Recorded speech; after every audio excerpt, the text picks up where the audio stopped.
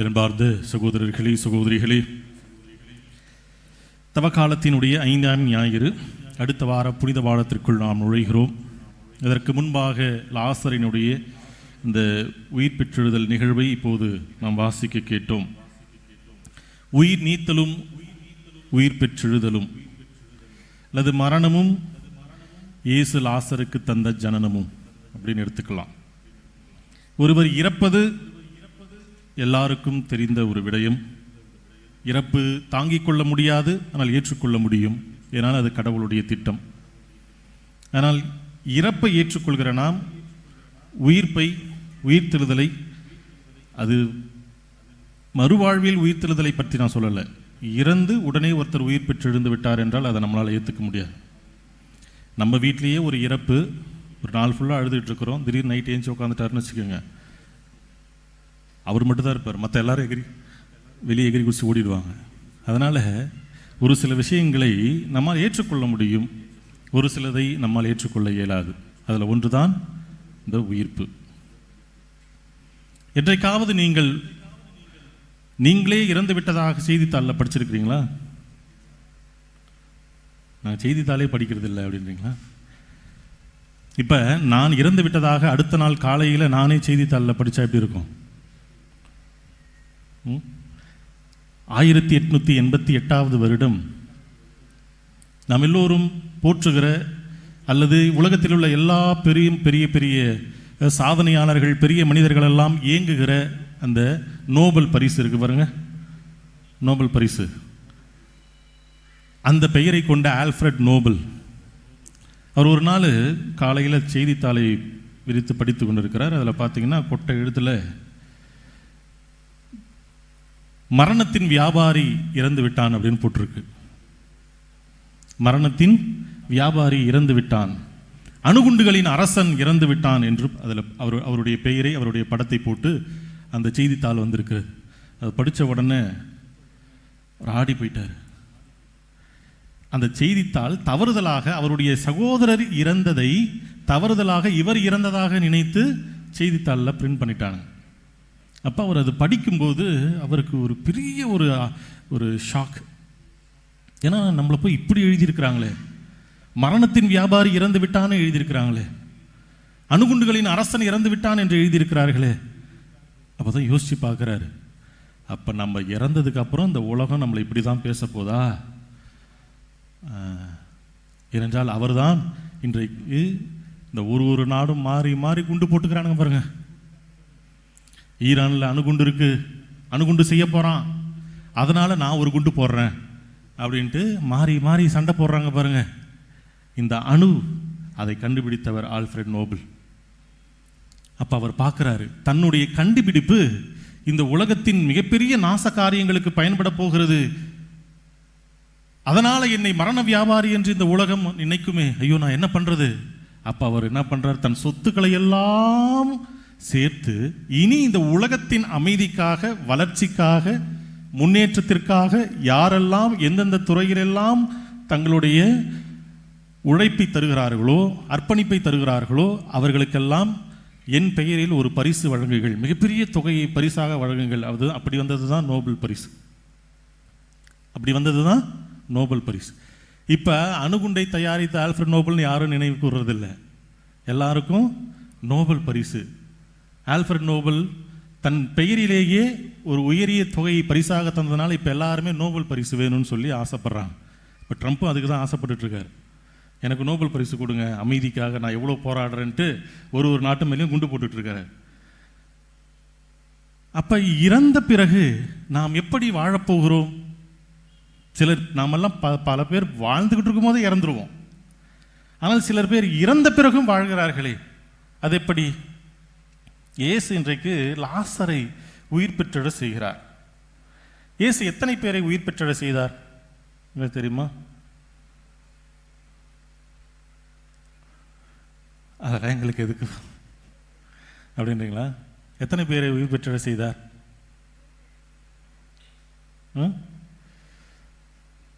நம்மள ஒரே உங்கள் மனசு எனக்கு புரியுது, கேள்வி மட்டும் கேட்காதீங்க ஃபாதர்.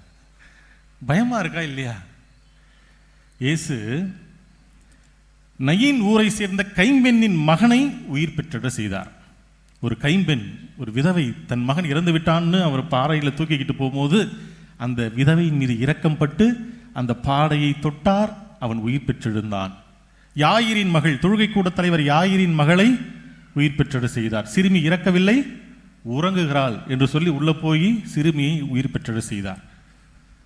அப்புறம் லாசரு தன் நண்பனை உயிர் பெற்றிட செய்தார்.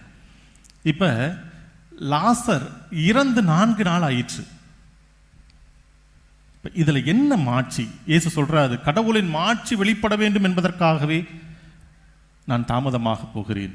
அப்ப என்ன மாட்சி வெளிப்படுகிறது? இறந்து 4 நாள் கழிச்சு மரியா சொல்றாங்க, ஆண்டவரே கல்லறையை திறந்தா நாத்தடிக்கும். என்ன அடிக்கும்? நாற்றம் அடிக்கும். யூத கலாச்சாரத்தில் ஒன்று நம்பப்பட்டது. என்ன நம்பப்பட்டது? இறந்த பிறகு 3 நாட்கள் அவருடைய உயிர் அதை சுற்றியே இருக்கும், அந்த இறந்த மனிதனை சுற்றியே இருக்கும். எனவே 4வது நாள் இயேசு போறாரு.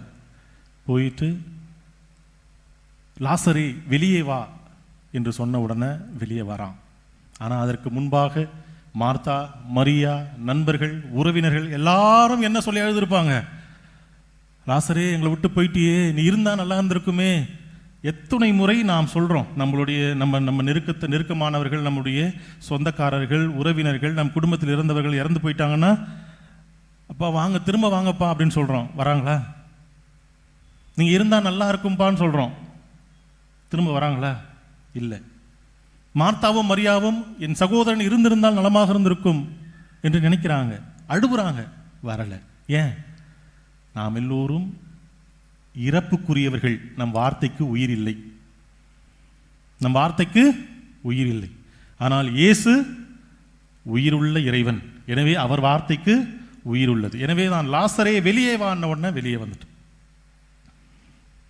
நாற்றத்தை, துர்நாற்றத்தை மகிழ்ச்சியாக, நறுமணமாக மாற்றக்கூடியவை கடவுள். அவருடைய வார்த்தைக்கு அவ்வளவு சக்தி உண்டு, அவ்வளவு சக்தி உண்டு.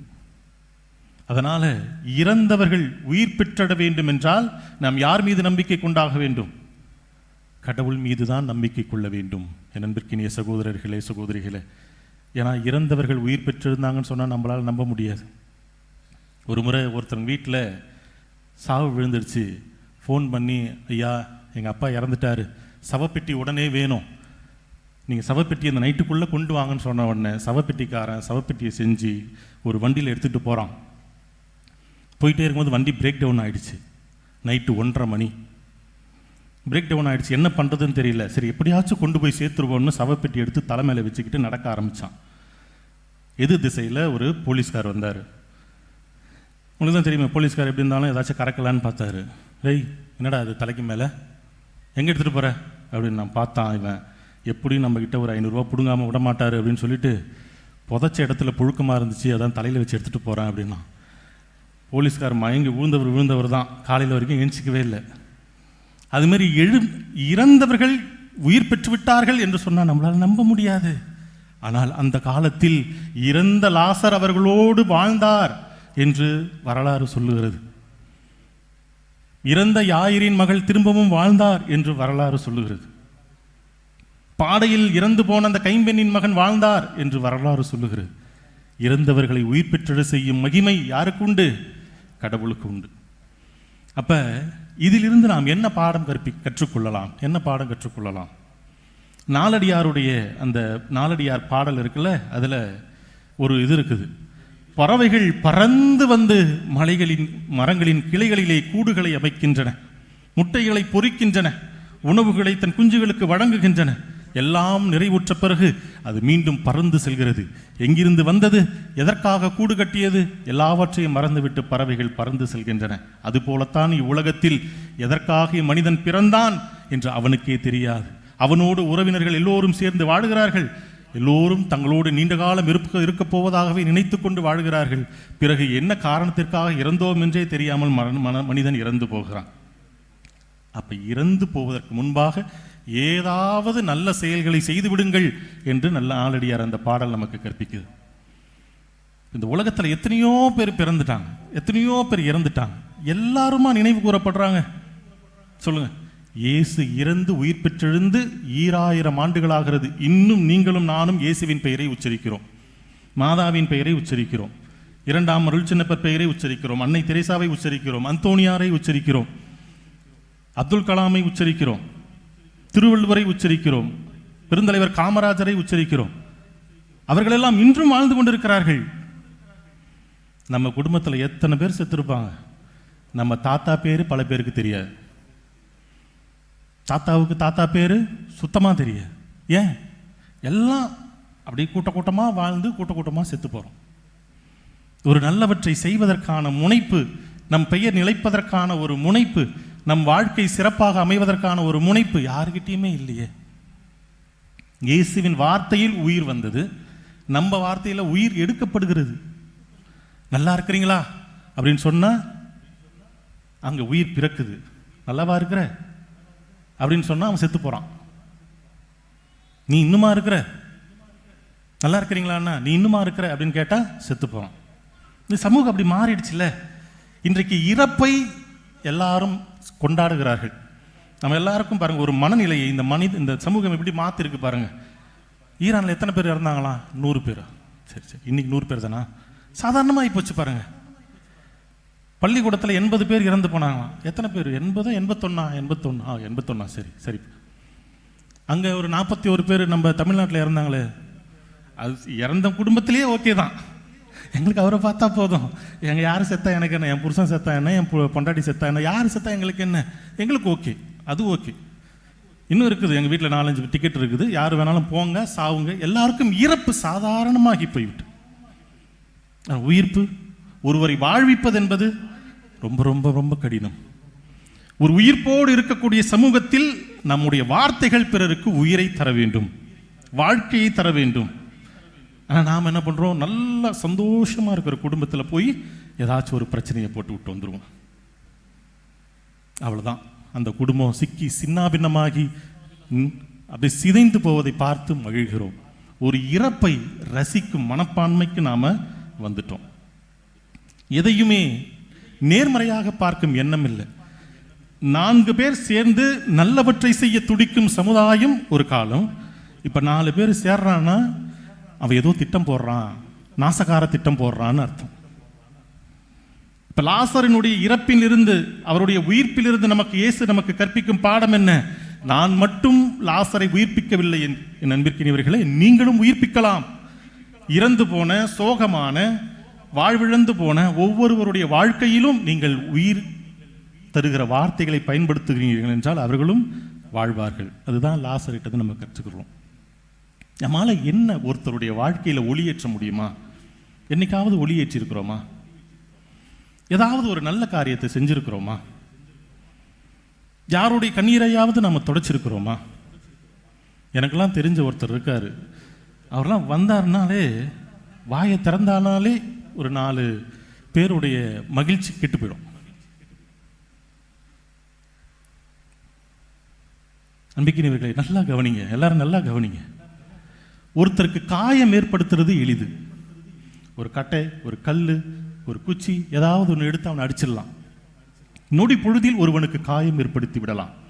ஆனால் காயத்தை குணப்படுத்தணும்னா படித்த ஒருத்தர் வேணும், சரியான மருந்து வேணும், தொலைதூரமாக பயணிக்கணும். எவ்வளோ கஷ்டம் பாருங்க. ஒன்றை உருவாக்குவது ரொம்ப ரொம்ப கடினம், ஆனால் இடிக்கிறது ரொம்ப ஈஸி. எதை நாம் செய்து கொண்டிருக்கிறோம்? அதுதான் இன்றைக்கு லாசரினுடைய இறப்பின் வழியாக நமக்கு இயேசு கற்பிக்கிற பாடம். புனித வாரத்திற்குள் நுழைய இருக்கிறோம். இந்த தவக்காலத்தில் எவ்வளவோ நற்காரியங்களை செய்ய முற்பட்டு இருப்போம். தவக்காலம் தொடங்கும் போது எல்லாரும் ஞாபகம் பாருங்க, தொடங்கும் போது நிறைய பேர் நினச்சிருப்பீங்க, இந்த தவக்காலத்தில் நான் அப்படி இருக்க போகிறேன் இப்படி இருக்க போகிறேன்ட்டு. 5 வாரம் ஓடிடுச்சு. எப்படி இருந்தீங்க? அப்படியே தான் இருந்தோம். இருந்தாலும் பரவாயில்ல, ஏதோ குறைந்தபட்சமாவது இந்த சமூகத்தில் நல்லவற்றை உயிர்ப்பிக்கும் வார்த்தைகளை பயன்படுத்துகிற மனிதர்களாக வாழ்வதற்கு இறைவன் நம்மை ஆசீர்வதிக்க வேண்டும் என்று இத்திருப்பலியில் மன்றாடுவோம். இறைவன் ஒவ்வொருவரையும் அன்பிலே வழிநடத்திடுவாராக. ஆமென்.